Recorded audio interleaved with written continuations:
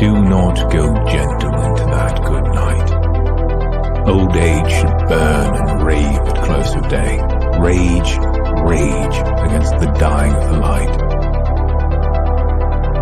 Though wise men at their end know dark is right, because their words had fought no lightning, they do not go gentle into that good night.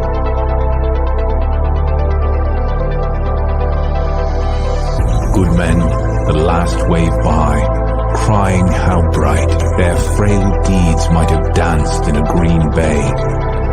Rage, rage against the dying of the light. Wild men who caught and sang the sun in flight, and learned too late they grieved it on its way. Do not go gentle into that good night. Brave men near death who see with blinding sight. Blind eyes could blaze like needles in decay. Rage, rage against the dying of the light.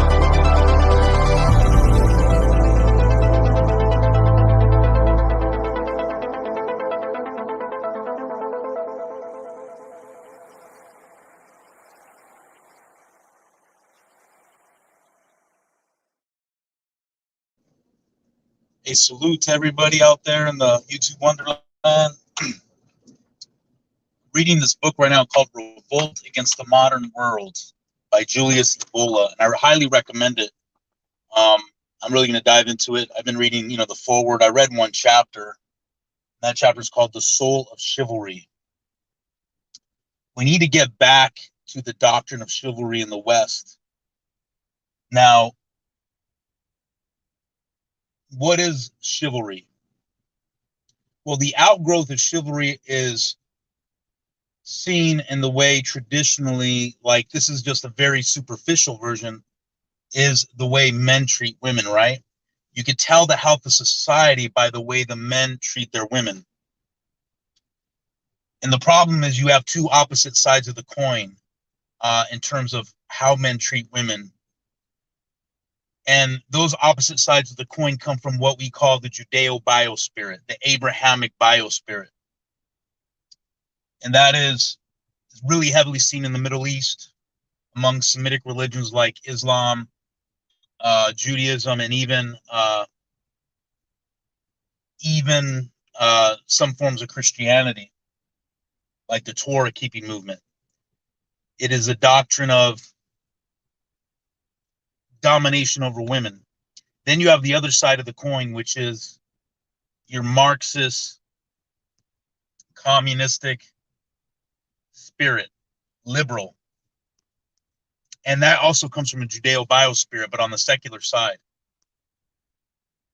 But the doctrine of chivalry is the doctrine of men being a warrior priest, like a warrior caste, a warrior caste. Men are to be this warrior caste, this either a priestly caste or a warrior caste, or traditionally those things have been merged, a warrior priest.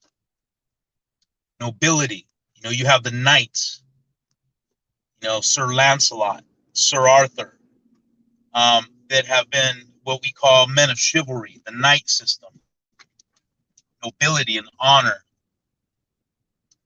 And in a healthy society, the men have integrity, honesty, morals, character, nobility, and they protect the women of the society. See, the feminist movement, which sprung out of the Marxist, communist, Bolshevik ideology, is they counter the other side of the coin to the Abrahamic spirit of domination over women, and the religions that I mentioned exhibit that. So what we've had is, in society, because of the advent of feminism brought about by this Marxist communist ideology, is women now seeking positions that men formerly had. And I'm not just talking about in the corporate world, that's how it began, but now even women more than ever have a masculine mindset, right? A masculine mindset. Now, the doctrine of chivalry is a Western doctrine.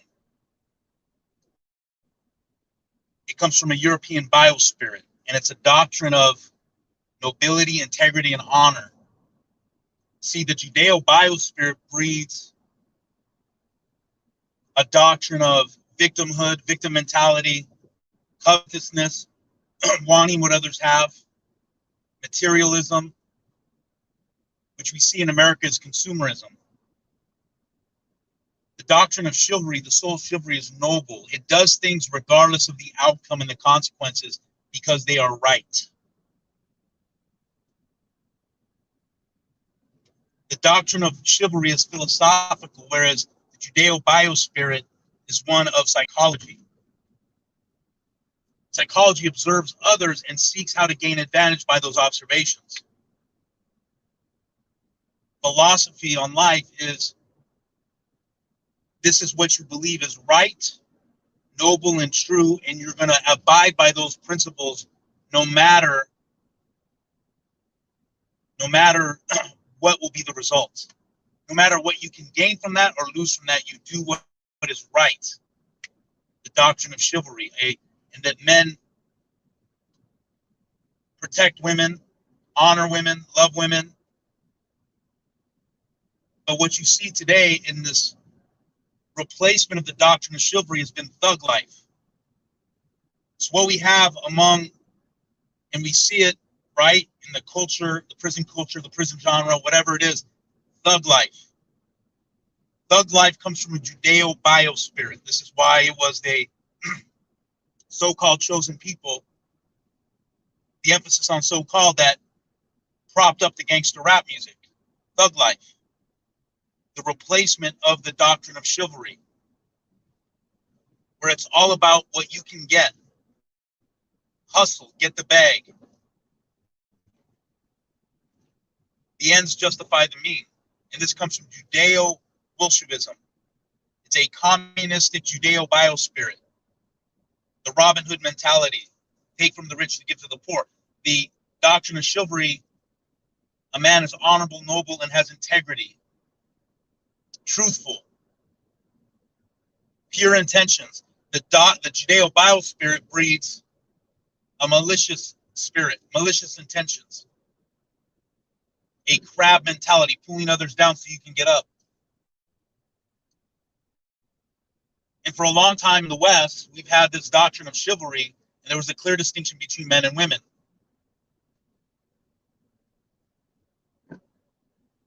This is why we have the mentality in the West of it is not right to hit a woman, even if she acts out of pocket, because it's this doctrine of chivalry, nobility, being the protector of women, honoring the feminine vessel, honoring the feminine in a woman. But now, because of the Judeo biospirit of Bolshevism, communism, and Judeo-Christianity, women have tried to usurp the role of men in society, and men have been cheering it on because of that Judeo biospirit, so-called equality. Or to the counterpoint, you have the Andrew Tates of the world that treat women like garbage, and he's hailed as someone to look up to by a lot of the youth, a lot of the young men.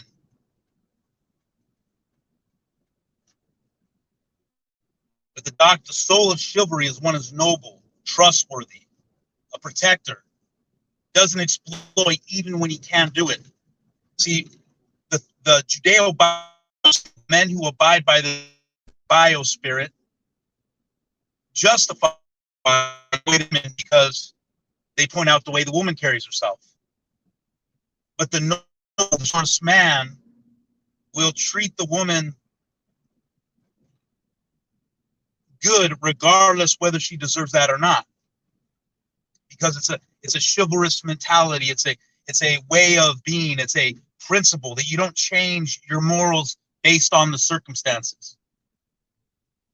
Now, this doesn't mean you cuck for the woman and you kiss her butt, but it means you don't take advantage of a woman just because you can, because the way she carries herself. But the Andrew Tates of the world, the slime bucket Andrew Tate, and that mentality, that Semitic Middle Eastern biospirit that you see heavily in Islam, Judaism, and some forms of Christianity, believes that men are superior to women and justify their mistreatment or maltreatment of women based on how the woman carries herself. The doctrine of chivalry, a man will go to the ends of the earth for his woman to win the day for her.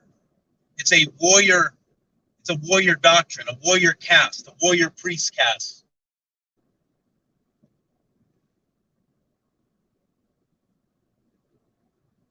It's a warrior priest caste. You know, growing up, and this is part of that soul of chivalry, it was always looked upon inappropriate to talk about certain things in mixed company.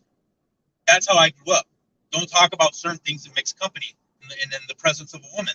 But now all those barriers of chivalry have been brought down by this Judeo-biospirit of feminism, right? Or Judeo-biospirit of patriarchy, which comes from this Semitic, Judeo-Islamic Christian mentality. And now men and women you see are very comfortable talking about the most personal and intimate things, and nobody blushes. There's no more blushing. This is why the West is crumbling under the weight of Judeo decadence. And that Judeo biospirit has normalized perversion, LGBTQ, to now where we're being forced, if you give in, which I will never will, to call a woman a man and a man a woman. Because see, the Judeo biospirit is one of degeneracy. Now, and the religious side of that Judeo biospirit that you see in Christianity, largely, Islam and Judaism, is the oppression of women, the making them less than, inferior. Now, all these religions could vetch all they want, but the proof is in the pudding. Some forms of Christianity, Judaism, and Islam,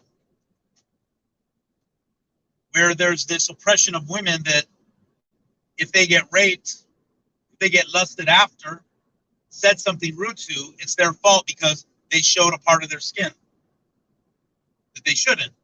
So in Islam, there's the head to toe, the burqas. Judaism also has its stringent dress rules, and in some forms of Christianity, it's wearing a long skirt, can't wear pants. The doctrine of chivalry is it appreciates the beauty of a woman, but not in a way of hip-hop culture where women are twerking, which is animalistic behavior. Women are showing their butt cheeks. They appreciate the beauty of a woman, a very modest but balanced approach, where a woman doesn't have to cover up. She doesn't have to wear a skirt down to her ankles, and she can wear pants. But that doctrine of chivalry looks at a woman for the feminine beauty that she is, and can have a balance and not makes excuses to disrespect her. But see, that healthy feminine that is appreciated by the chivalrous men, it does not degenerate into what we see in the hip-hop culture, into Kim Kardashian culture. It also doesn't go to the other extreme where women feel like the opposite. They have to cover up from head to toe and be this Middle Eastern type of woman, because the Western biospirit, the European biospirit, the doctrine of chivalry has appreciated the beauty of the woman, the body of a woman, in a very healthy way, an artistic way. The doctrine of chivalry looks at a woman's body in an artistic way, whereas the Judeo biospirit looks at it in a perverted way. Either we're going to exploit it The left, the liberal side, Bolshevik, communism, Marxism, they can show everything, and how dare you even look at them or even criticize them. Then there's the opposite, cover them all up, the Judeo-Christian, Islamic, Judeo-biospirit.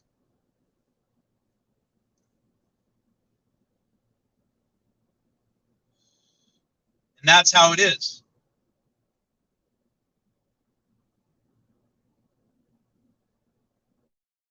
In the West, we see the degeneration of society.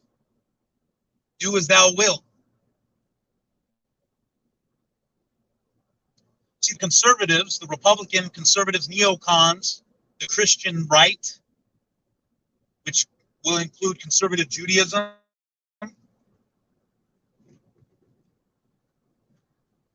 they still have a Judeo-biospirit, and they don't have the doctrine of chivalry, because they want to take things back to a very patriarchal type of thing. But the doctrine of chivalry doesn't think of things in terms of equality, but thinks of things in terms of that this is the godly masculine and godly feminine. That each has its beauty. And it was the doctrine of chivalry where the godly masculine, the warrior caste, the European biospirit that we saw for many centuries here in the West, honors the woman, honors the godly feminine, honors her femininity, and protects it. Not to oppress it, but dominating as the neocon conservative religious right, and I include Islam in that, but not to exploit it as well as the left, Marxist, socialist, Marxist, communist, Bolshevik left. Hey, what's up? Salute Tucson. Here in Coachella Valley, California, by way of La Puente. So that chivalrous spirit of Europe has declined in the West. And what we've had is the exploitation of the woman, while the woman thinks she has freedom, slaving away for a corporation instead of a family. She ends up, and I know this is not all cases, she ends up at 50 years old with nothing but cats in her home. See, the doctrine of chivalry honors nature. Nature teaches a woman to have a family, a man to have a family, to reproduce, to have children. That is nature. You can't fight nature. Nature wins every time. Nature is a cruel God. The Judeo-biospirit perverts nature. It tells a woman she should not serve her family, but she should serve a nameless, soulless corporation. And then one day she'll get kicked in the butt and told a watch or a computer took her place. All the while losing out on what God's nature has. Saying by the time you meet women, you trust.